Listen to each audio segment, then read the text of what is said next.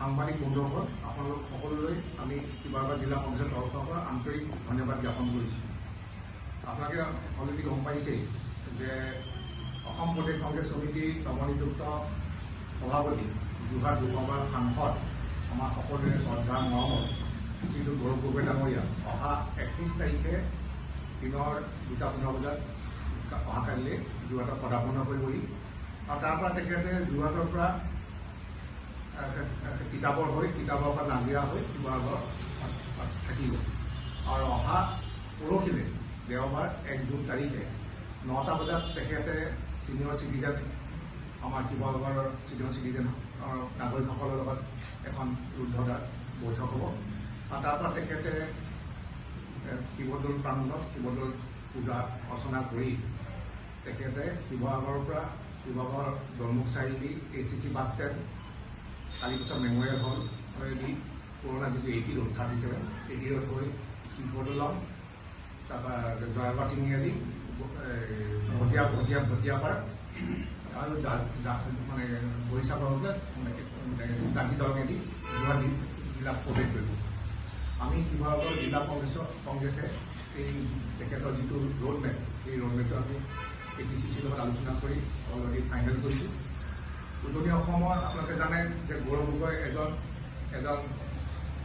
আমাৰ নেতা। উজনি অসমৰ ৰাইজে অধীৰ আগ্ৰহে বাট চাই আছে আৰু লগতে শিৱসাগৰ জিলাৰ বিভিন্ন প্ৰান্তত জাতি জনগোষ্ঠীৰ সকলো লোকে অধীৰ আগ্ৰহে বাট চাই আছে তেখেতৰ এই ঐতিহাসিক যিটো যাত্ৰা 1 জুন তাৰিখে যিটো ঐতিহাসিক যাত্ৰা এই যাত্ৰাত অংশগ্ৰহণ কৰিবৰ কাৰণে আৰু তেখেতক আদৰণি জনাবৰ কাৰণে আৰু এই যাত্ৰাত সকলো জাতি জনগোষ্ঠীৰ লোকে আমাৰ লগত মানে যোগাযোগ কৰিছে। তেখেতসকলে চামিল হৈ এটা ঐতিহাসিক যাত্ৰা তেখেতে মানে কৰিব আৰু তেখেতে 2 তাৰিখে গৈ পেলাই নগাঁৱত থাকিব আৰু 3 তাৰিখে গুৱাহাটীত তেখেতে কাৰ্যভাৰ গ্ৰহণ কৰিব। তাৰ বাবে মই শিৱসাগৰ জিলা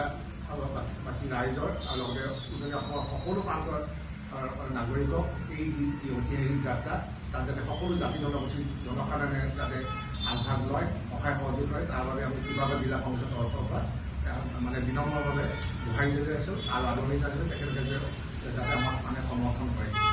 ধন্যবাদ। আমাৰ নেতা গৌৰৱ গগৈ ডাঙৰীয়াই যি 1 তাৰিখে ঐতিহাসিক যাত্ৰা কৰিব